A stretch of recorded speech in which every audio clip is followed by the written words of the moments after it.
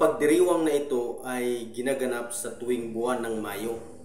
Sa buong Pilipinas, ang Flores de Mayo, ito ay nagpapakita ng ating kultura, tradisyon at pananampalataya.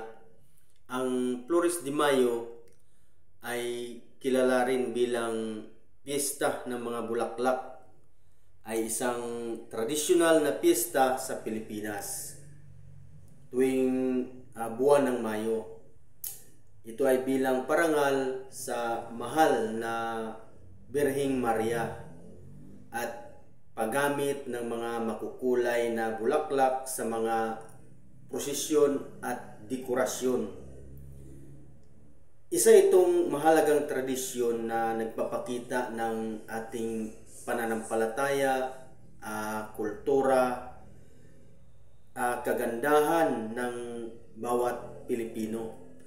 So, unang ipinapakilala ng mga Kastila ang Flores de Mayo noong ika-19 na siglo bilang bahagi ng Kristyanismo sa Pilipinas. So, ito ay naging tradisyon or bahagi ng pagdiriwang ang pagsasagawa ng Santa Cruzan. Isang prosesyon na naglalarawan ng paghahanap ng banal na krus ni Reyna Elena at ni Emperador Constantino.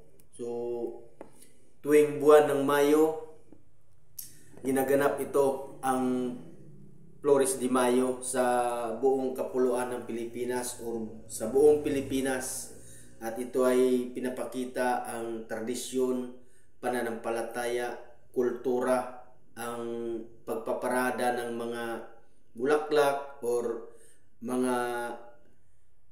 Santa Cruzan tuwing Mayo dito sa ating bansa. So, ginaganap to tuwing buwan ng Mayo sa iba't ibang sulok ng ating bansa, ang Flores de Mayo. So, ito ay ipinakilala ng mga Kastila or Kristiyanong Kastila dito sa ating bansa noong 19th centuries or ika-19 na siglo dito sa ating bansa. So,